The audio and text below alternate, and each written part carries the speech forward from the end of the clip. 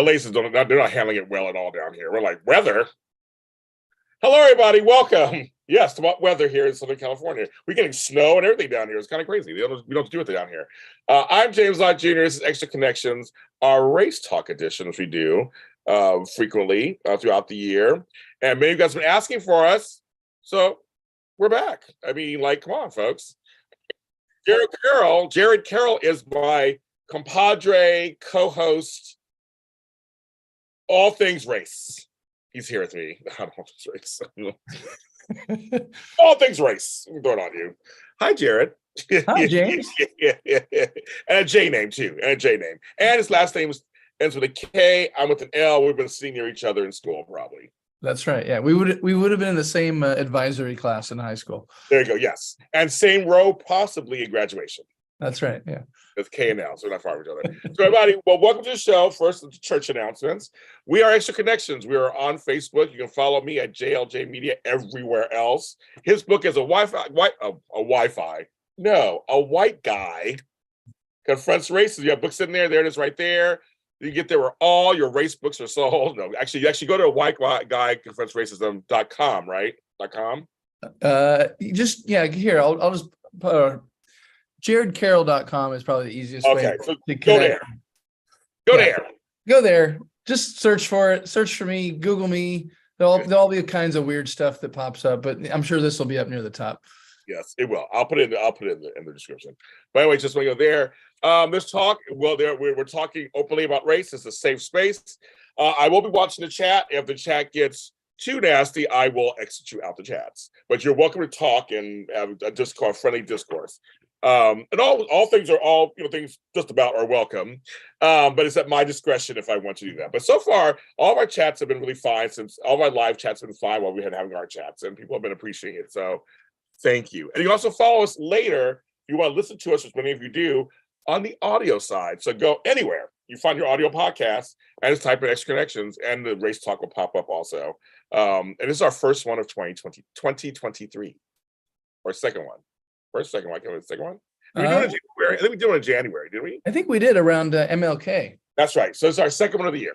So we're doing this. Second one. We thought we'd close out the Black History Month with this. That's what it was. So we're closing it out. Because he went on vacation and I went on vacation. We both went on trips. I did, yeah. I just got back yesterday, actually, from my vacation. I just want to say side note. I'm not going to tell his business, but side note, I liked your out of office reply. I actually really liked it. Thank you. But it's it. I did. I was like, oh, I kind of like this. It's kind of cool. Okay. Boundaries, James. Boundaries always. Boundaries. I know, I love it. I did it, but the way you worded it was very nice. I actually liked it. Okay. It's time for my infamous or famous lists you guys always want to know about. He will probably attempt to write down some names and things I say, as he always does, but I always ask him afterwards what he thinks, and we come up with a couple things.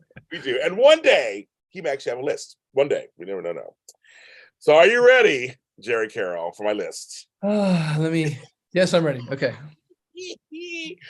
Here we go. Hi, Pop Princess. I'm glad you're here. Yay. Glad you're here. Okay. Here we go.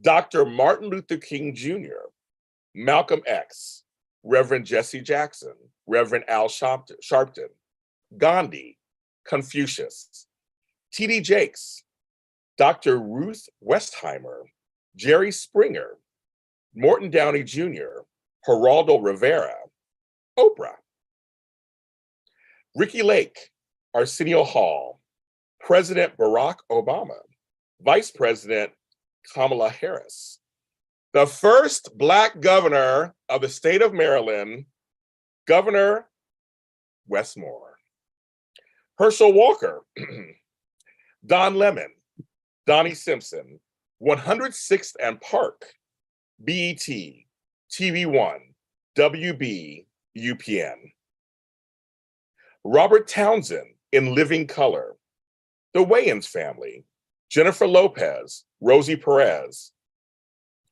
Jessica Chastain, Amy Adams, Octavia Spencer, Angela Bassett, Everything Everywhere All at Once, the movie, Michelle Yeoh and Jamie Lee Curtis, History of the World Part 1, the new History of the World Part 2, Reboot, the series, The Upshaws, the series, Not Dead Yet, the series.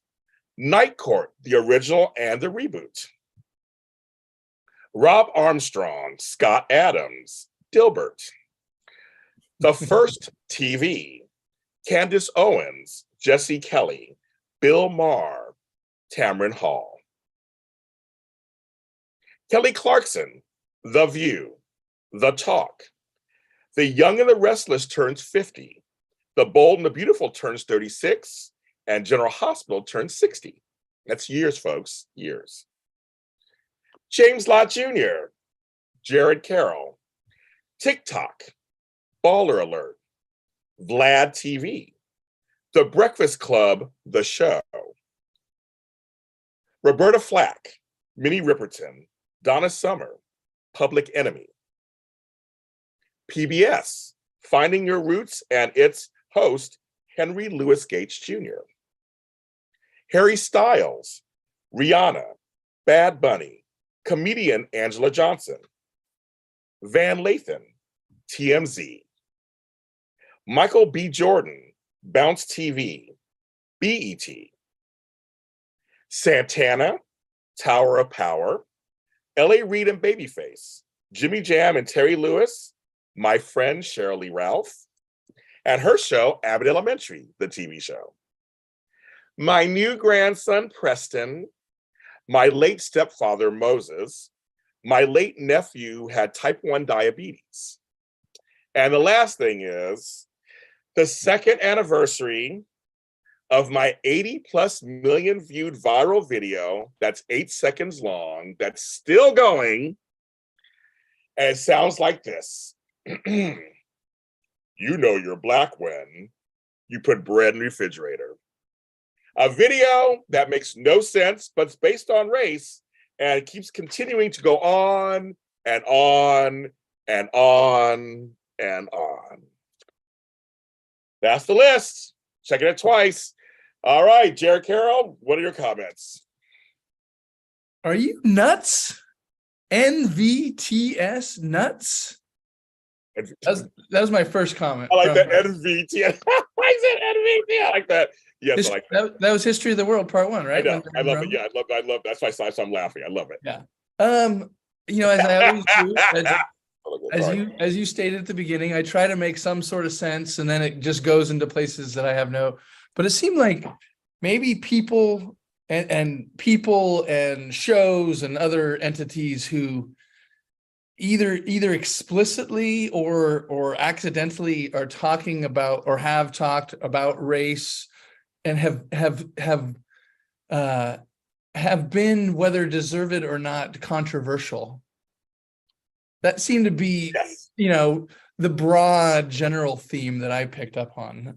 But I don't know if that was it, or if there was more or less, or that is part of it. Actually, no, it's part of it. No, I know. I folks, as you know, if you watch these, I never fully explain my list, but I do admit certain things about it. And that actually, you picked up on that. That's actually a lot of that is true. Yes.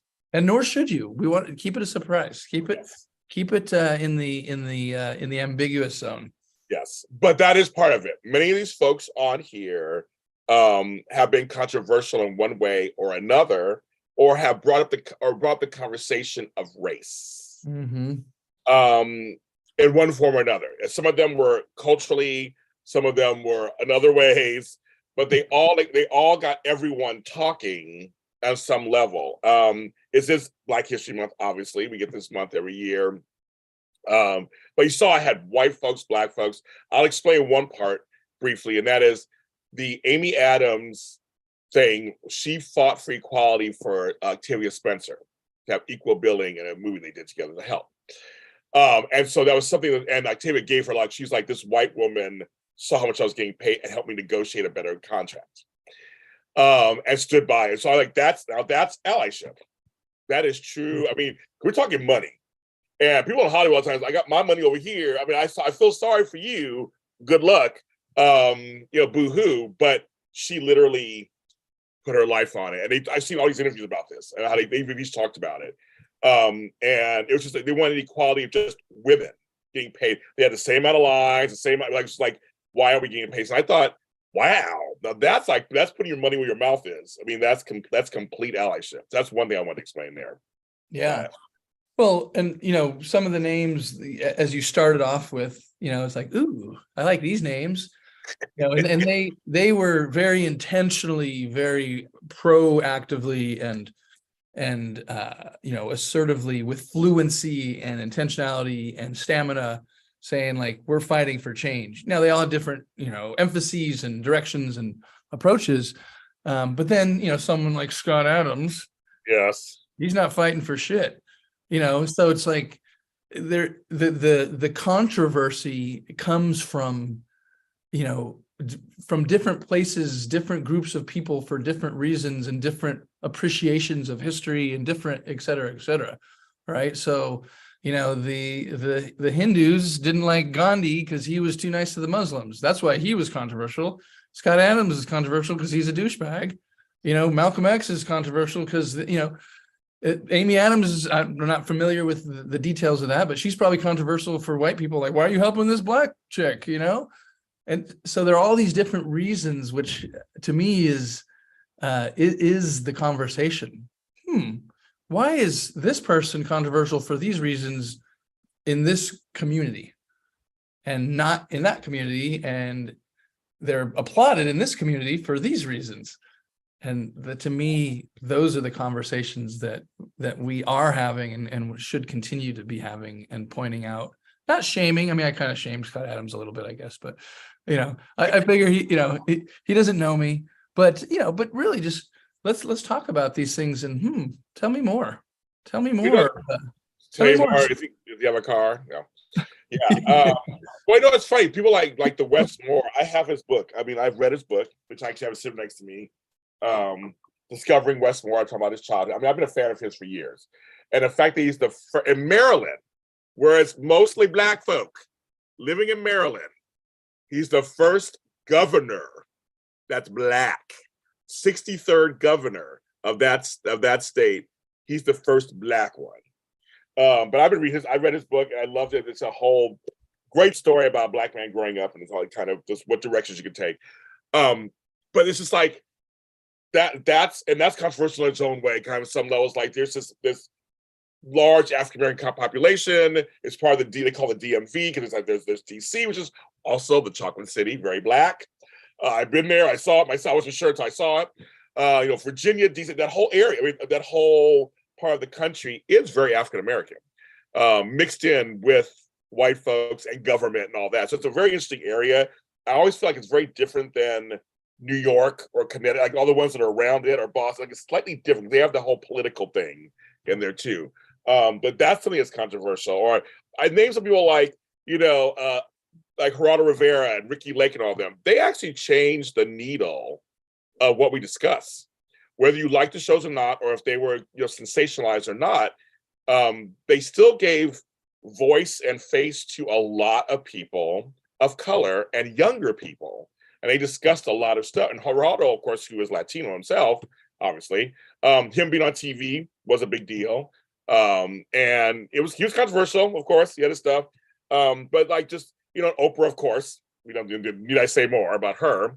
I could even mention Montel Williams. I could mention Jesse Raphael. I mean, there's a lot others. But like Dr. Ruth Westheimer talking about sex. This little lady talking about sex. That was a controversial thing too. Nicholas Dutton. I think he deserves. Thank you about the Westmore. He said, I think he deserves it and probably likes that you mentioned him. How funny.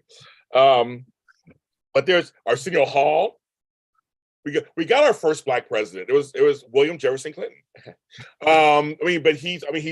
He played people that No Other Late Night was playing on his late night show. He got a really, so they're all at their things. It's kind of just very interesting. You said they're all controversial, but they all did move the needle in talking about race and culture. Yeah, I mean, what's Channel 9 if you don't have Arsenio? Anyone? Tribe Called Quest?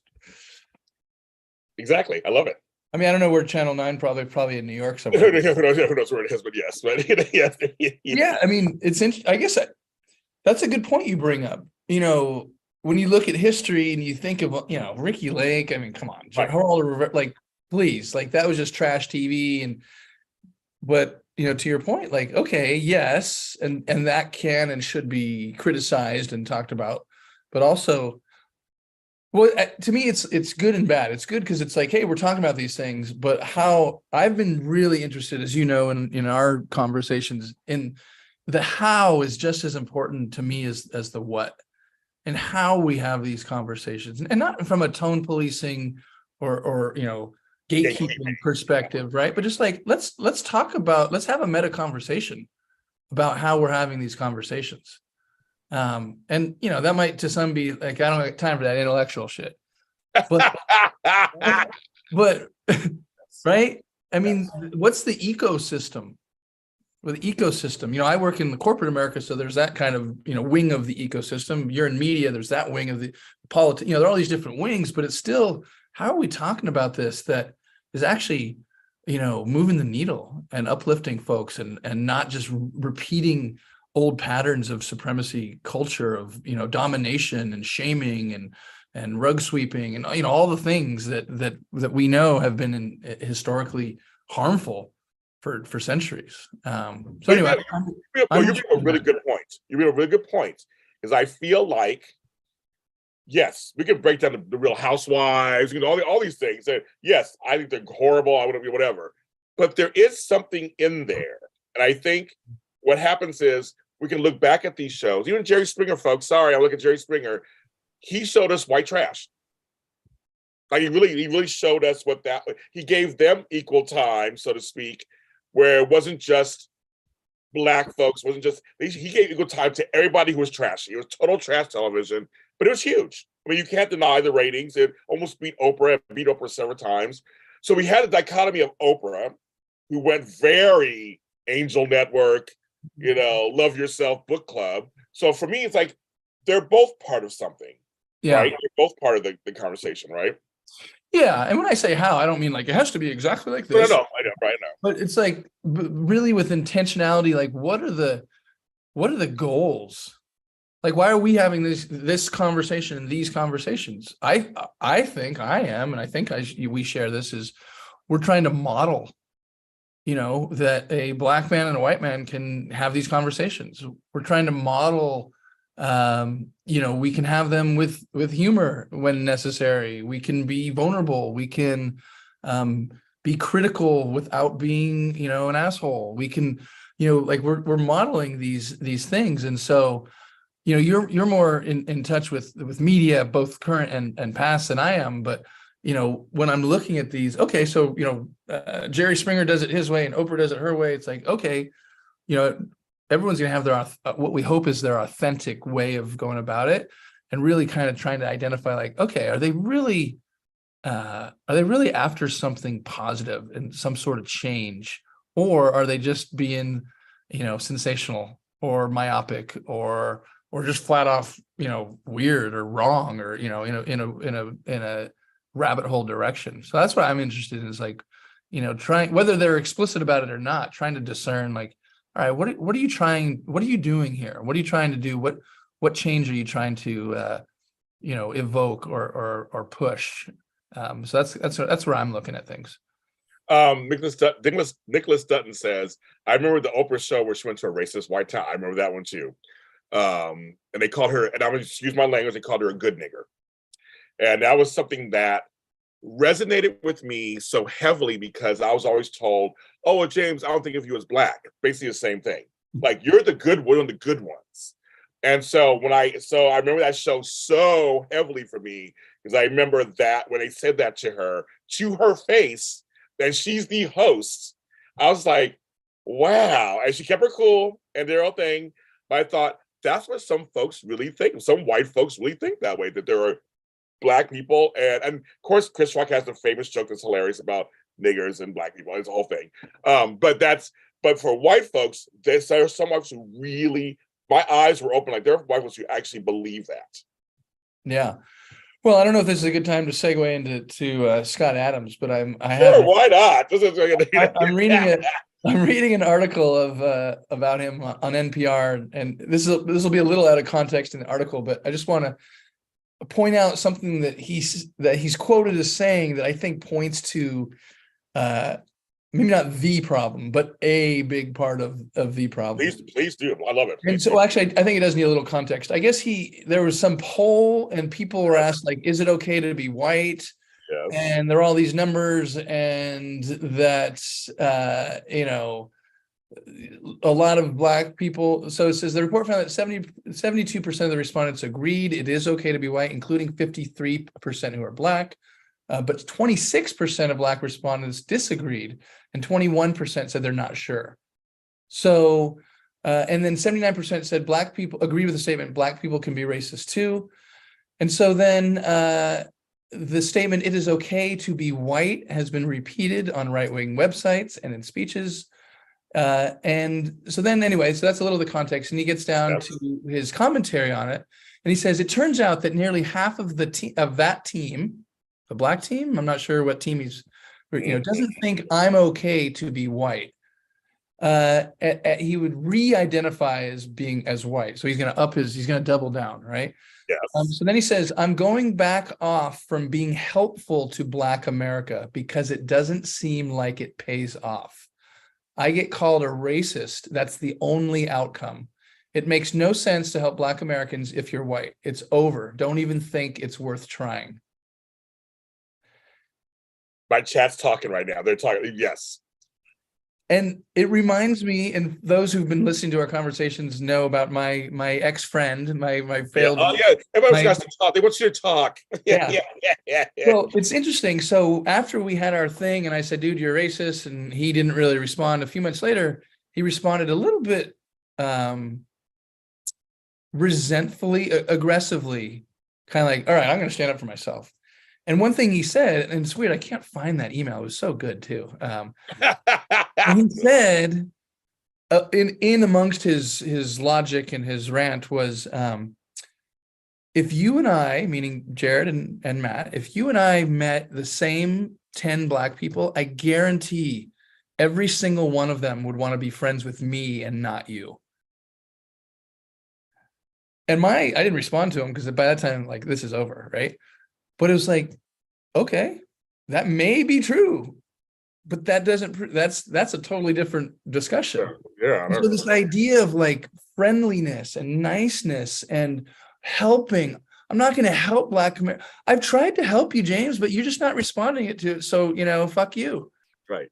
Like that's what Scott Adams is saying in a very public way, and which that's problematic. But what's even more problematic is the fact that he and so many people don't see that logic as problematic. I'm not trying to help you. I'm not like I'm here to save James no. I'm here because I'm interested in this conversation and this topic. That's how we connected. We formed a friendship. We get along. We discuss. If you need my help, like let me know and I'll do my best. But I'm not here to help you. You know what I'm saying? And so I think that's the thinking that leads people to go, well, I tried. It wasn't appreciated or reciprocated. So I'm out. And good luck. Never bringing into power dynamics, historical racism, institutional racism, systemic oppression. None of that is part of this conversation for Scott Adams or any one of that ilk. Because if you bring that up, what are you? You're woke. Oh, chat's going crazy. Yes. Okay, so I'm gonna respond to both the chat and you at the same time. There's so much to unpack. So Nicholas, you ask who has he helped generate any receipts? Well, here's something interesting, Nicholas and Jared and the folks listening and watching at home. So my friend Rob Armstrong is a famous comic strip writer, and he just got a deal with a network for his comic strip. After 30 years, it's going to become actual animated series. So I'm very excited for him. He's a good friend of mine, very good friend of mine. He's from the Bay Area, a good friend of mine. Anyway, so all this stuff. Anyway, so on the back of his famous comic strip book, he has a quote from Scott Adams. So, and back then, for my friend Rob, and he can explain this better than me, of course, which I might have on the show at some point again, that it was a big deal to have him on the back of his book. Now he's asking the publisher to take it off, to blurb off. That's how I first heard about this. When I saw his post, he was like, "Fuck this dude! I want him off of my book." But I don't blame him at this point. I mean, I don't blame him. And all of that. So it's kind of that's my personal kind of connection is like I'm watching him actually in real time react to this as a Black comic, which there's not a lot of us running around in the comic world. Black comic strip writer who's very successful, and he doesn't want to be attached to this white guy on this race issue. Like, and it's just, I was just very like, wow. Then I saw the other stuff coming out, and I saw like, oh, okay. But for me, it was actually from a personal of a good friend of mine, really feeling betrayed and hurt by this. And I thought, wow, that would suck if one of my people, somebody I revered in my industry, made remarks like that about somebody that looks like me or somebody that's of my tribe, so to speak. I'd be upset. Yeah, I think that's, well, I don't know if awesome is the right word, but I admire your friend's stance, because that's tricky. It is, you know, and he's up and coming. I mean, if I'm hearing the story right, he's up and coming, and he's got some momentum. Well, he was up and coming back then, right? So now he's somebody. But I'm saying back then he was up and coming and got this big time guy. I mean, Dilbert was huge. Oh, totally. Huge. I mean, I'm not a comic book person, but I know Dilbert. I know of it. I couldn't tell you the content of it. Oh, me either. I'm not conversing, but I know what Dilbert is. It was the office stuff, folks. It was all about office stuff, whatever. Yes, but anyway. But and I'm just reading the rest of this article because I think it further it aligns with what you were just sharing about your friend and this this idea of cancel culture. And we could go into I want to talk about that too. We talked about it a little bit last time. I want to talk about that too also. Yeah, we could go into 4 hours of is it cancel culture? Is it not? Should it be? Should it not be? And I'm less interested in the semantics of that, of what is cancel or not, but I'm just reading the rest of this article, and it says, last year, I guess, the San Francisco Chronicle and 76 other newspapers dropped Dilbert after Adams introduced his first Black character. And so someone said that that was introduced apparently to poke fun at woke culture and the LGBTQ community. So, I mean, again, not being familiar with the history of Dilbert, but thinking like, oh, it's 2022 and you have your first Black character and you're using it as kind of a prop to make a political statement. That's not racist, right? That's not insensitive. That's not inhumane. That's not, all the things. And so then the article ends and he says, Adams reacted to the new backlash on Twitter saying he'd been canceled. Okay, maybe he has, maybe he hasn't. Again, we can debate what that means. He, in 18 minutes into his YouTube show, he predicted, most of my income will be gone by next week. My reputation for the rest of my life is destroyed. You can't come back from this. Am I right? And here's where I think is really important. And I hope this doesn't come across as me being, sympathetic to Scott Adams at the expense of what he said and the harm that he's done and all the things. But what's going to happen? Okay, maybe, let's say he's right. All his income, he's still Scott Adams. He's going to find someone somewhere who's sympathetic to him and give him another chance. And if he doesn't, he's probably done okay for his life. So what would be cool, instead of the LA Times and the Chronicle and the New York Times, all the Washington Post, what if someone, and I don't know what this would look like, what if someone actually said, hey, let's talk about this, Scott. Let's not cancel your strip. Let's postpone it for a month, and let's have a series of conversations and talk about why this is problematic. Not to give him airtime and let him rant, but to have someone, again, I don't know who this person is. Maybe it's you, maybe it's me, right? And have a conversation that actually does like what we're doing right now. And it's going to be awkward, and he's going to say stupid shit. He's going to put his foot in his mouth. He's going to double down, all the things, but at least there'll be someone on the other, part of the conversation who can have this conversation. Then everyone who's going to be watching or listening or wherever the venue is can see that. And hopefully, maybe there's some transformative justice. But racist, gone.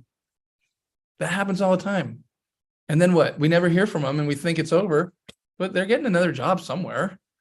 And they may or may not, most likely may not, have changed their views, and they just keep doing it now with just a little more discretion. So I don't know. That's what I'm thinking about also, but I'd love to hear your thoughts, or what you think about that approach, or that type of approach. So I'm watching the chat, and they're totally.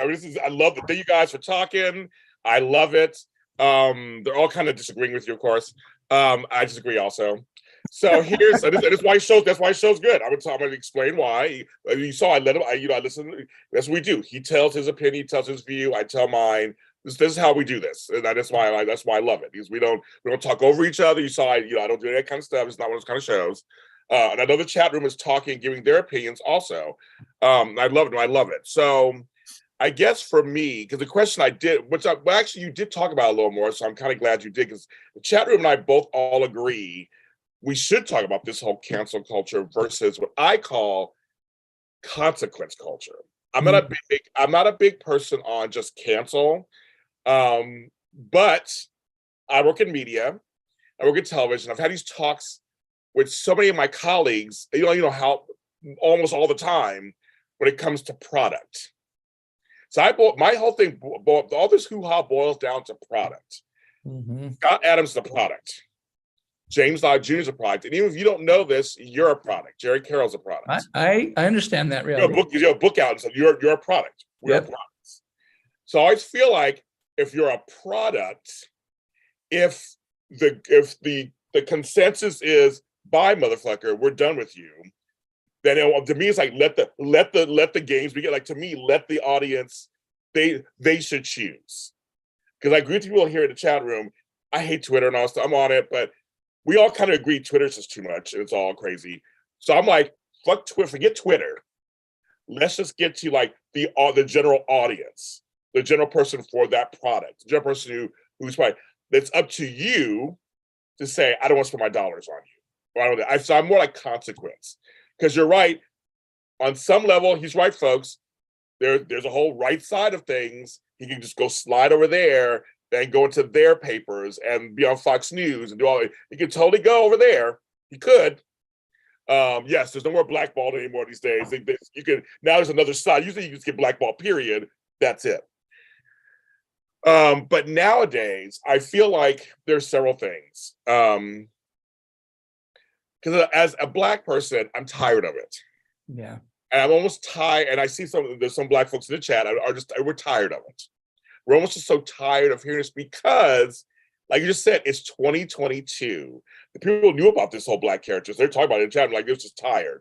So it's 2022, 2023, and you're a product. For you to speak out on something, that's your fault. Yeah. I have to watch what I say when I'm in public and stuff. So if I say something or do something, I have to stand by it. And I usually choose my words carefully. I don't have verbal diarrhea. I don't think I need to comment on everything that's out there, but there are a lot of folks who do. So that's why I have a hard time feeling sorry for anybody. I say you were feeling sorry for him. Yeah. I say for me, I have a hard time, because you're a product. So if you're going to say a comment about a poll about Black folks and being white, then you must know there's going to be consequences to that. There'll be folks, I'm saying in 2022, 2023, maybe not 1987 or 1965, but in this day, it's like, you must know if I went and said, I hate all gay people. I'm just done. Like, well, of course, I'm gonna get back. I'm like, it's like, it's just one of these things where I'm like, it's another white privilege moment. It's also another class privilege moment because, like you said, you got some money. I'm sure you got some money. And so you're spewing all this. You're commenting on stuff. Yes, you have a right to say it. You have a right to do it, but don't whine. To me, it's whining with this. I'm gonna get canceled. I'm gonna have no funds coming in next week. Fuck you. I don't give a shit because you opened your mouth when you didn't have to. There are a lot of folks who are MAGA out there, folks. A lot of some of your favorite stars and favorite writers are right wing, and they keep their mouths shut. They just continue to give you their entertainment. They do. And I know a lot of them. I know many of them. And they just give you the entertainment. And it's like, well, and on the other side, if you're a left extremist, also same thing. There are a lot of folks who keep their mouth shut and they just do their thing.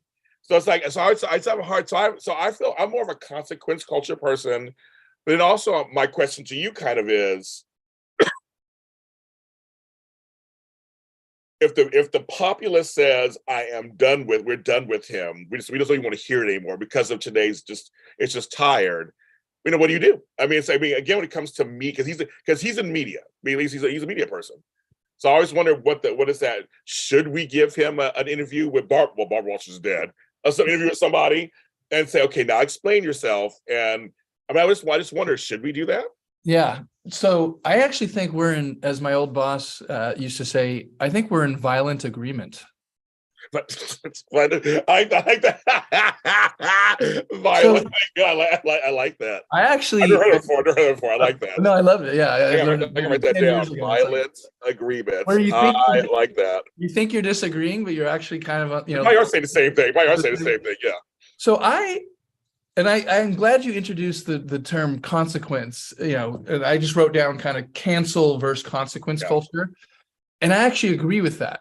I believe in consequence culture. What I'm suggesting, and maybe this is utopian vision world that just hasn't and doesn't and won't ever happen. So, allow me to dream for just a little bit. Yes. What if the Washington, who are these dozens of newspapers and of publications that have canceled him, right? Washington Post, New York Times, San Francisco Chronicle, LA. These are huge entities with lots of resources and history, and we assume creativity and et cetera. What are they canceling or consequencing, however you want to phrase it, Scott Adams, because they actually get it and care, or do they know just enough to go, oh, we can't have that, let's cancel them? Well, that's no discussion too. That's no discussion. Yeah. And so what I would love to see, and again, this is where, hey, Jared, if you want to, Jared, this would never happen. Okay, let's have that discussion. But what if, say, hey, Scott, that's not cool what you said. And so here's the thing, we're gonna drop your strip. And this isn't about we're sorry for you because you're gonna lose your income. This is about, we want to give you a chance and give us a chance to have a public conversation for the next, again, whatever format it is, and not an interview. Tell me more about why you said that, Scott, but like a restorative justice, transformative justice community. Maybe you get Adrienne Marie Brown to facilitate it, or someone who knows what they're doing. And it's a public accountability consequence thing. And if he can't handle it, if he won't do it, if he doesn't know what to say, if he doubles down all the things and he keeps spewing, like, okay, dude, now you're done. But hey, here's what we want to see. Hey, public, what do you want to see from Scott Adams now that you know this about him and his Dilbert and his thing? Oh, we want to see more black hair. We want to see this. We want to see whatever it is. And to me, that is a more transformative consequence that actually is progressive, where you're right. Fuck him. You know what? You said this, you own it, you're done. I get it. And I don't 100% disagree. I'm just liking us to be, and when I say us, I mean just humans, people, corporations, right? Be a little more creative with how we address these things. Again, you might be saying, Jared, that'll never happen, so why even bother going there? Well, that's to me part of the challenge, right? I never say that, but my thing is, again, all this stuff boils down to he's a product. He is. So when you're a product, when you're associated with other products and brands, and that's, like I said, it's a whole other discussion. Like if they really believe in it or not, they put their money where their mouth is. It depends. But you can look into every company and see if they are. I'm sure there's stuff. I'm sure, but I feel like their first thing is to cut off the dead arm. That's what you got to do. That Adidas cut off Kanye. He said they'll never get rid of me, and they did. Now they do it because they think he's a crazy person, or they do it because they support black folks, and who knows? They're Adidas. That's kind of what they do. But I guess you could look up somewhere and see what their philanthropy is, what their outreach is, and see what they're doing, and maybe call to something to them. But I think a lot of it is just cut off, because here's something. It's very interesting. It happened recently. Roseanne, she's back, and she did her special right after the Super Bowl. She had a special, and she faces everything head on. Because remember, she was canceled, and her show literally was canceled because of her racist remarks, and we don't get into all that. But we know, but I do feel some people do get second chances, and some people do, do things. Lori Loughlin, I just mentioned her. She was part of that whole school scandal. She got a big deal on GAC Family Channel. She's going back. She's back. She laid low for a while. Now she's coming back with her own TV shows and movies, and she's back. Now I think, okay, why not? She did something that, the public was kind of like, "Ooh, that's a little sketchy," and then whatever. But they're like, in the end, they're like, she paid. She went to jail, did her time. She laid low. She admitted she was. I think so. I do think the public, again, it was a consequence thing. I feel like people do get second chances eventually, so it does happen. But it depends on what it is. I think sometimes too what they done did. Also, well, I'm less interested in Scott Adams and Roseanne and Lori Loughlin's, whether they get a second chance or not. I'm more interested in change, and I know you are too, and I know a lot of people who are listening to us are. And so, again, maybe Scott Adams is 65, right? So maybe that fucker's not going to change. Right. Yeah. And maybe even if he says he's changing, maybe he's good at, bullshitting. And so admittedly, it's hard to sometimes measure and really kind of, recognize if it's a true, authentic change or not. So I admit that. But, it's not like, oh, great, Lori Loughlin now can make a living again. She's got another. I don't give a shit about that. Right. Lori Loughlin, Roseanne, Scott, they're all going to have their resources and their connections, and they're going to be fine, right? Maybe not fine like they're used to being fine, but they're going to be fine. But I'm interested in change, like genuine change, and I think, and Trump is a big part of it. The last 8 years or however long it's been, but just the divisiveness is so rhetorical on all sides that. Where are we now in 2023 versus, I don't know, pick a date, 2019, 2015, 2011, where is the discussion going? So obviously I'm left of Mao. I mean, I'm no centrist or right-wing apologist. And I don't know. It'll be interesting to see, where, and again, not from oh, poor Scott Adams, but where's Scott Adams in the news in a month, in 3 months, in 6 months, in a year? Again, not oh, I hope he gets another cartoon out there. No, I'm just curious. Let's take what's her face in Central Park. Why am I blanking on her name? The dog walker.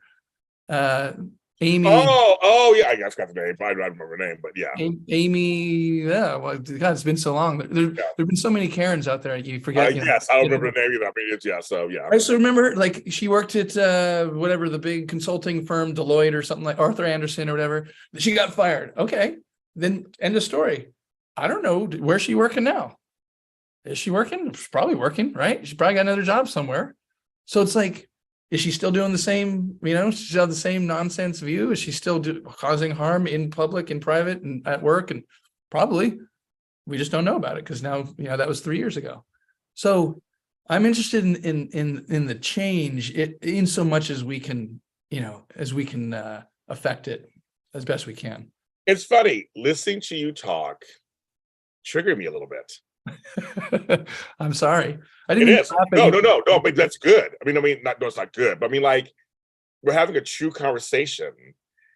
Somebody said, okay, you guys, I have to laugh. Somebody in chat's she's at Trader Joe's working. That's kind of funny, actually. I have to laugh. Thank you, Nicholas. That's kind of funny. They mentioned Sharon Osbourne too. I forgot that whole thing too. It was a race thing too. Okay. No, on some level, I agree with you. That's what I said. They said no offense to Trader Joe's. I like Trader Joe's. No, part of what you said, I guess I violently agree with you. Amy Cooper, by the way, was her name. Fuck her. Anyway, so that's what's triggering. That's the whole thing. So fuck that bitch. So here's the thing. I violently agree with you because I feel right. these people who have lots of money and make you say, fuck them. Who cares what who gives a fuck they got another show or whatever. I kind of feel like you're like, I don't care about that. And see, I know that part of what we do is about change. And everybody's laughing at me. Yes, about change, because that's what we do. I do it every day on my shows. That's what you do for a living. But a part that's triggering me a little bit, which is this is great. I love it. I mean, I don't love feeling it like it, but I love it. That's what these shows do. That all my reactions to what you were saying was just like, well, you as a white person, you can handle that side of things. I don't give a shit. I'm applauding everybody who said fuck you to him and fuck you to her and fuck you to her. I'm applauding all of them because we're tired. We're just tired. And so it's funny that I'm like, because I know that the other side of me will be like, yeah, we should be able to talk. Everybody should, not we, but like out there, we should try to figure out how to. I'm almost like, fuck the old people. Let's get to the younger folks. Let's see how they're reacting to this, and if they will make changes in who they choose to idolize, who they choose to like, who they choose to influence their on. I mean, I'm hoping I'm going down direction. Not saying people can't change in older times, but my initial triggering reaction is fuck them. Yeah. Well, you know what you're doing. Yeah. Well, and I'm glad you brought that up about, part of why I wouldn't say this was my initial kind of motivation, but now that I'm a little more, seasoned, I guess you could say, and fluent in this. I never call myself an expert, by the way. So now that I'm an expert, but now that I get what's going on, I understand that a lot of my responsibility in this work and white people's in general is to relieve the burden of responsibility, education, emotional burden, right? So yeah, I can say what I've been saying easier than you can. And so I recognize that. And, I go back to, if you think about, think of Trump, think of DeSantis, think of all these anti-woke legislation, rhetoric. I mean, Fox News, duh, of course, but there's wasn't there a book several years ago called Blowback? It's it's just going to be this continuous loop of blowback. And so I don't know what the answer was, what the rhetorical approach answer is, but there's the harder we, the left, the woke, the just, whatever we want to call ourselves, right? The harder we push with the fuck you kind of attitude, the more there's going to be, well, fuck you. And it's just going to be a never ending power struggle. Right. And so how do we break that? Well, that's what I'm saying. It's very interesting for me to feel triggered as you're talking about that. Yeah. And that's my first response. Because I'm not expert either, trust me. I'm not the voice of Black America either, folks. I always say it all the time. I'm not the voice of gay American, Black American. I'm not the voice of all that. But I'm just saying you're not. No, not at all. But I'm a Black American and have a voice. That's all I always say.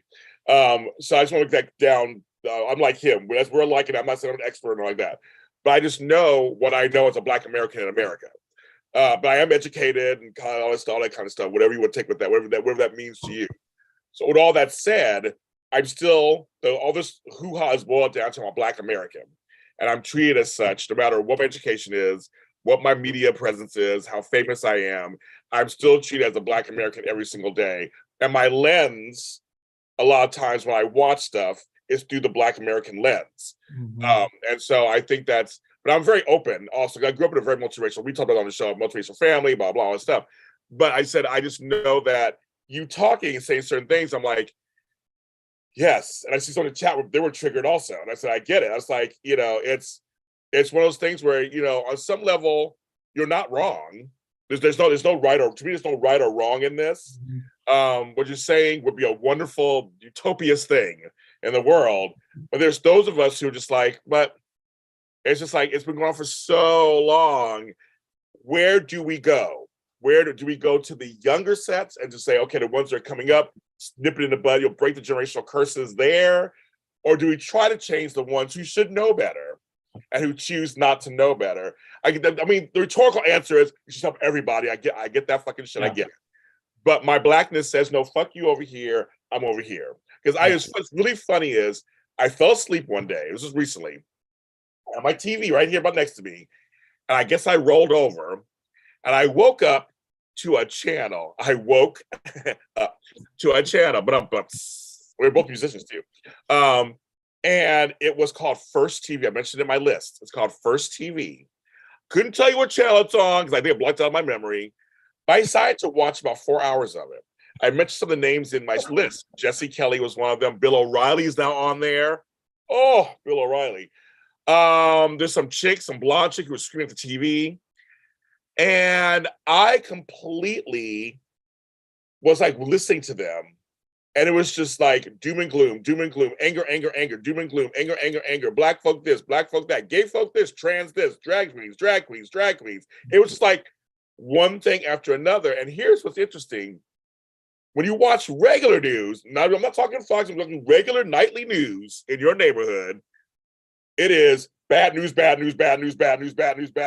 the end, a puppy saves a kitten. I mean, like, it's all infotainment at this point to me, which bugs the shit out of me anyway. But it's like, but these folks are speaking to their bases that believe every single thing they say. And I watched it. I watched Bill O'Reilly's batshit crazy, and this chick, Jesse Kelly's crazy, and how to make fun of people in fun situations. I'm like, wow, that's your Ben Shapiro, all of them. They're all fucking crazy. And I'm just like, I watched it because I want to see what they're thinking.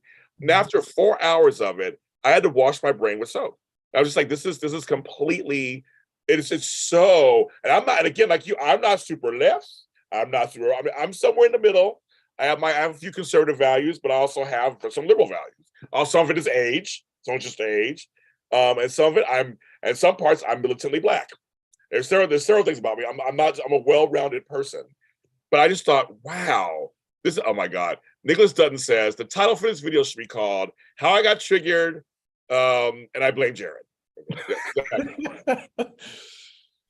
No, but no, I get it. Again, it's infotainment. I get it. Trust me, I'm in the media. I know exactly. You clickbait everywhere, titles, they get you get it. It's all just, I get it, but I watched it, Jared. I actually decided I'm gonna sit down and watch it. If I'm gonna do race talks and talk about stuff, I should get a little educated on what the other people are saying. And it's a trip. And now the Republicans are eating each other because there's the DeSantis Republicans, then you got the Trump people still trying to hang in there, and everybody just fighting now they're starting to eat each other. So it's kind of very interesting to watch that too. Well, you bring up a good point. I don't know the answer to this. I don't know if anyone really does. I've heard commentary and I want to believe it, but I don't know if I really do. Like the last, I don't know, call it 7-8 years is like, this desperate clinging, to the change that's here and continuing to come and just part of, history or evolution or whatever, whatever kind of theory you want to, put around it. And that, whether it's in 20 years or 50 years, like we will be evolved to a place where we'll be, whatever, a majority, minority country, all the stats and demographics and stuff. And, I'm not naive to think like, and then we'll be in a utopia and everything will be beautiful and rainbows and puppies and unicorns. But there is some of that, like, hey, this is natural when white people, white men, white straight men, white cis straight men, et cetera, feel what, and they're not going to admit it, but you can tell they feel like shit is changing and I don't like it. So I individually, we collectively, and we institutionally are going to hold on and fight back with everything we got because we can't have that shit. And so I wonder if that's, we're just in that right now, like historically. I don't have, my brain doesn't, stretch that far into thousands of years. And, and I don't know, maybe there's some truth to that. And if that is the case, then I kind of, more agree with you, like, fuck you, Scott Adams. Die off and in 30 years we won't have any more like you. See, I think that's where I'm at. I think you just expressed what I think I'm thinking deep down, if they die off and we focus on the younger generations coming up now, they'll die out. You know, that's utopian too, right? I'm doing a utopian thing too. Because I mean, racism goes generational, right? So it's like I'm hoping it will, because also Nicholas Dunn brings up the Fox lawsuit that just happened. It's happening right now, where it turns out half the shit they're telling people was fake, and the host didn't even believe it. So that's it. Tucker Carlson, all of them. So that's very interesting. But that's the whole thing. It's like, again, almost goes back to your thing. When they're promoted, because they're a product. Everybody's a product. So you hear me say it 10 times a show. Everybody's a product. So when they produce a product, it's to sell something. So a lot, like you said, go back to, well, what is their point? Some of it maybe just they want riches and fame. There's some folks out there, we know folks out there who'll do anything for $1. You're just like, they don't care, they just want to do whatever. And there are others like us who actually have integrity, and we pick and choose what we work on. I pick and choose who I work with. I have the luxury of doing that now. Been in business 15 years. I pick and choose who I work with, what brands I work with, what guests I have on my shows. Not saying I don't have controversial guests on my shows. I had one last month. We talked about race and stuff. We talked about all of it. It does, but it's like, but I pick and choose. I mean, because I have, and you know, sorry about me, I have my intention is there. My intention is there. Yeah, Jared had to hydrate. Me too, I had to hydrate. We're talking serious, folks. Oh, we're thirsty. I know. It's like, woo! Hot. We're in the hot, both in the hot seat. But you know, it's just really interesting that, you know, these things come up and you know, everything that I'm seeing, Jared, because everybody's seeing different things different ways. Everything that I'm seeing that's being filtered to me is that cisgender straight white men are threatened. Mm-hmm. Right now. It's like a big thing. I'm seeing all these men's movements, I'm in quotes, all these things, these men's coaches and all this stuff. But I'm also seeing on the other side, like Justin Baldoni has a great podcast about toxic masculinity he has out right now. And he's Latino and straight, and he's talking about all these things. I love his podcast. I forget the name of it right now, but it's great. But I'm seeing others who are also trying to counter that with their podcast. So it's like this whole male struggle. Meanwhile, chicks are like, fuck all y'all. We're trying to get our half. You know, we're trying to get our 50 cents on a dollar. And then, you know, they're attacking drag queens.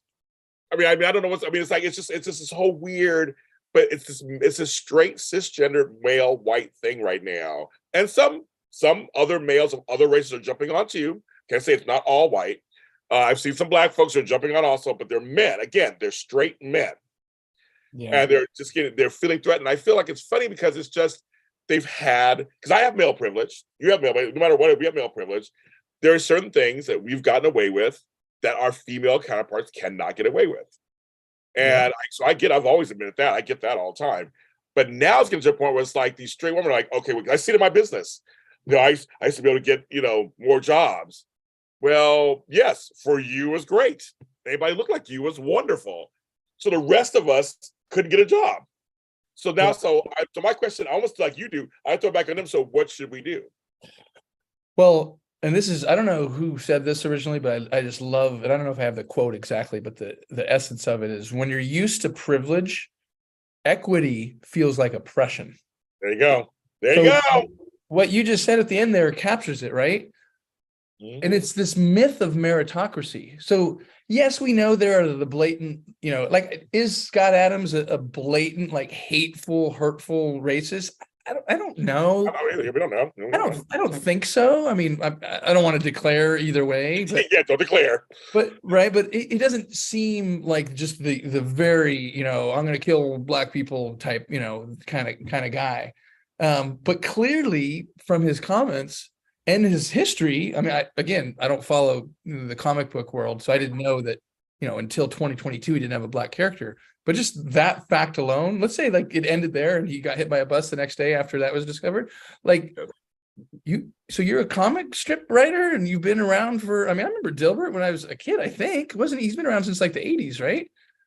So you've been around for 40 years and you just now entered so to me, that is racist right there. Now, the people who think they're not racist would say, well, what do you mean? I'm not hurting black. I'm not saying anything. I don't use the N-word. It's like, yeah, but you didn't even think. Well, you know, what's the other thing they bring up to you? Why do I have to? Why do I have to? You don't have to. And that's the point. You've chosen not to.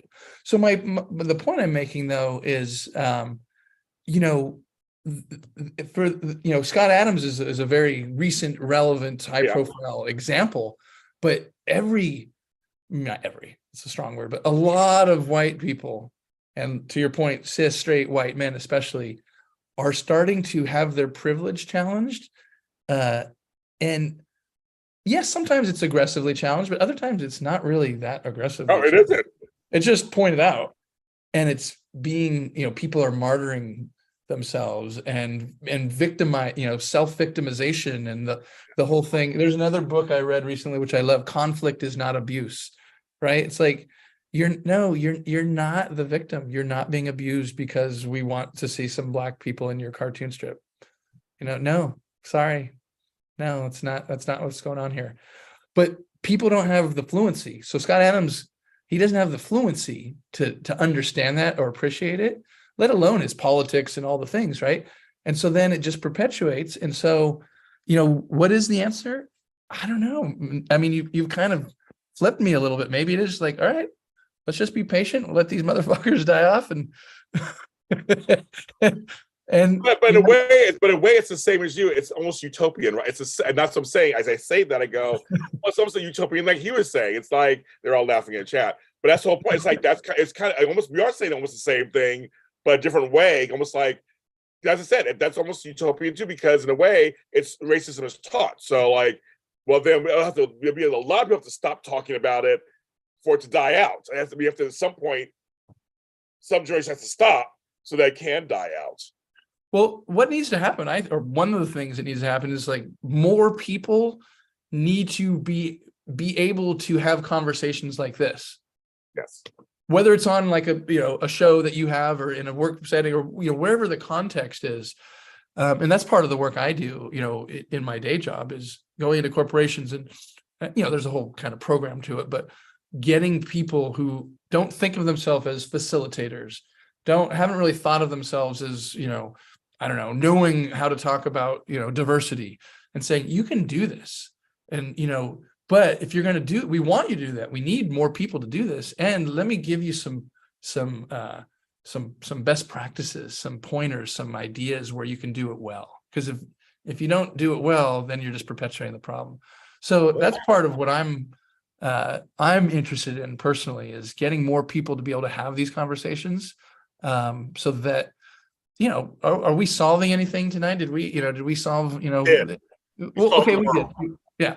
But just to have these and normalize the conversations, because what's kind of been normalized, you know, the last several years is like, you know, name calling and, you know, dismissing and canceling, or, you know, all these things. And it's like, no, that's the kind of conversations that I want to normalize.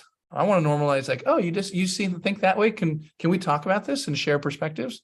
You know, but that doesn't happen very often. The chat's on your side again. They're all like, "Amen, Jared. Thank you." You got him back. You got him back on your side. You got him back on your side. Yes. You got him back on your side. And no, I have to agree with him. I mean, I love it. But obviously, this is what I do. I love having conversations about race. I talk, as you guys in my soap world, I bring it up in the soap world all the time.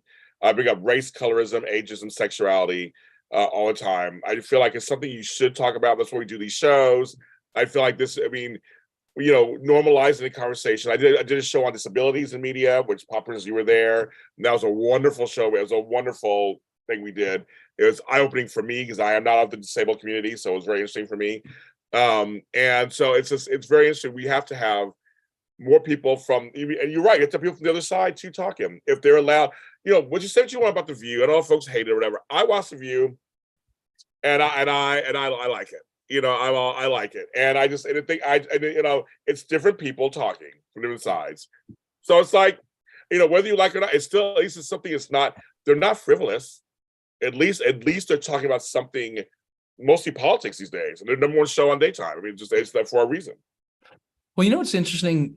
What I'd like to see more, and I'm trying to model this a little bit. So as you know, the way, and I think a lot of your listeners know, like the way we came to be is, you know, I wrote this book and reached out to you, and you're like, well, hey, sounds interesting, but I'm not about to have this white guy on my show before I read his book. So you read the book, you liked it, and here we are, you know, a year, whatever plus later. Yeah, I know, right? Yeah, you know, we're best friends. So I've kind of, But the way the book was written, I'm not active on social media except for LinkedIn, right? So I basically wrote this book on LinkedIn. So I was writing for 15 months straight, and that became the book, basically. And you can read about that in the book, how the book came to be a book. But anyway, about, I don't know, a year ago, I just said, I'm done. And I didn't write anything for like a year. And just about a month ago, I started to come back, but I've made an important distinction. And I thought about this. And I had a couple conversations with some people I trusted, but it was really mostly my own thing. No comments. I write, and comments are turned off on all my posts. Okay. Now you might be thinking that, oh, you're shutting down the conversation. You don't want people to disagree with you. Part of that, but only a small part. Really, it's about me being more authentic and not being performative, and knowing, hey, because every time you write a post, right? Oh, this might blow up. This could go viral. And occasionally they do, right? And you get 500 comments and 490 of them agree with you. And it's great. And you feel like you're awesome. But to what end? And so I've just started. I've only probably written about a half dozen, maybe 10 in the last month or so, kind of slowly back, getting back into it. And I love it. I love, because what I've realized is that this is discussion. Now, granted, it's only two of us and some people in the chat, but this is conversation. I don't believe that genuine conversation can happen on social media. Occasionally you'll have little, snippets and I've made connections on, so it's not like it's all for, but it doesn't really happen. Even the people who agree with you, there's not really much of a conversation. And so what I want to do, at least as a writer, is write, share my thoughts, and you reflect on them or not, and I don't have to know about it. And then the conversation, I come and I talk with you. I go into companies and I have conversations with them. So it's like I've identified the use cases for my different areas of influence. Yeah. It's so far, I'm really liking it. Well, I've been doing private Zooms since September. So I have private Zooms that are not recorded. And you have to pay to come into them. And we actually have all kinds of discussions, special guests, prize giveaways, that kind of stuff. And I've been doing that. It's been very successful because social media is just a toxic playground. No matter how you slice it, whether it's your side or not your side, it's very toxic. And folks in chat and in here, we're mentioning Twitter, of course. That's the main one. But so can Instagram, Facebook groups, Reddit.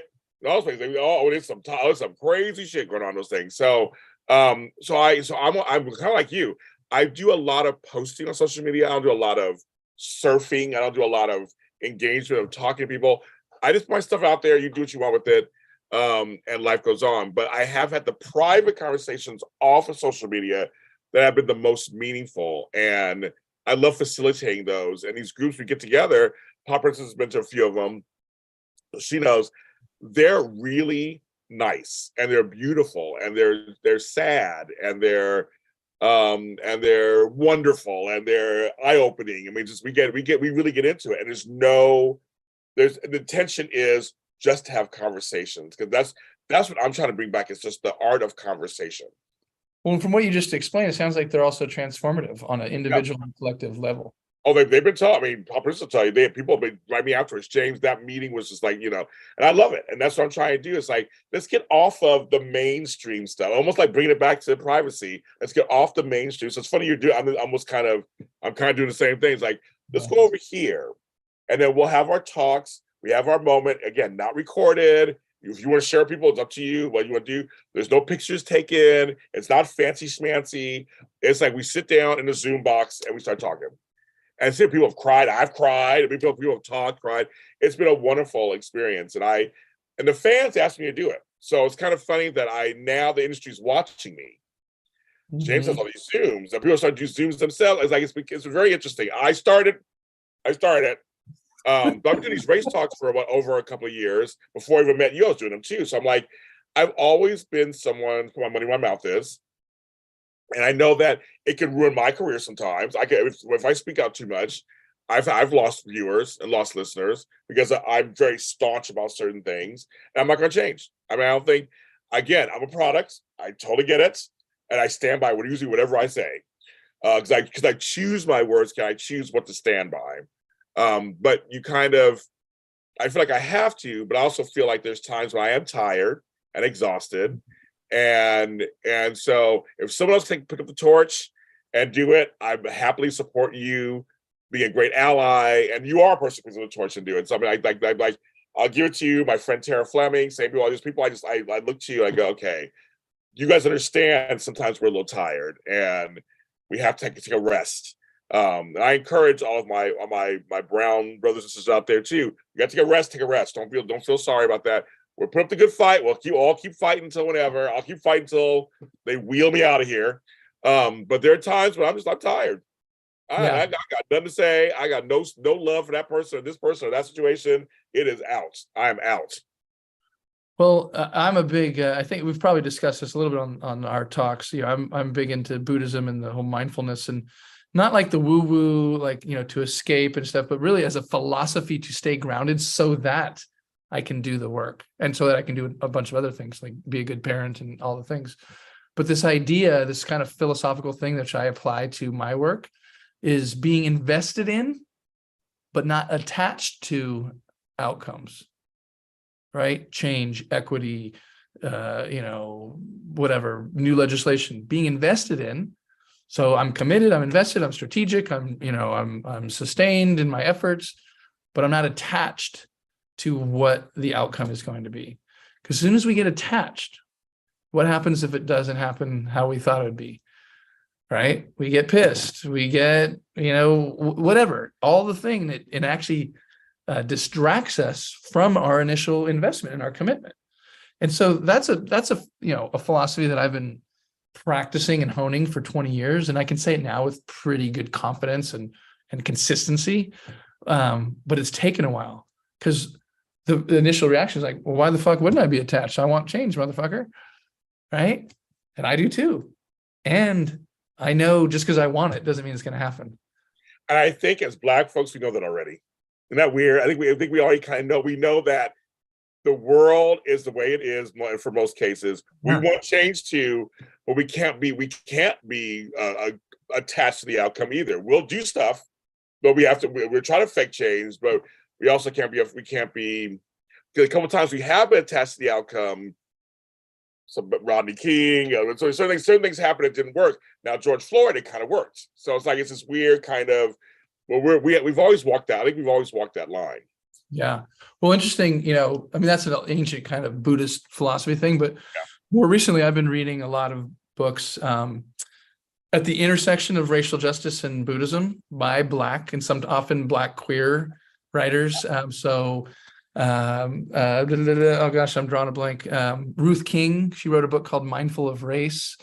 Rhonda McGee, who's a law professor at USF San Francisco, wrote I forget, all on the same topic, Black and Buddhist, all these things, and it gets at that point, so it kind of validates me, because it'd be like, oh yeah, easy for you to say, white man, not attached, yeah, great, but then it's like, yeah, but these like 10 Black authors I've just been reading, they're all saying the same thing. And we're all kind of like, you can't be attached. I always feel like I was taught that very early on. If you're attached to it, you'll always be disappointed.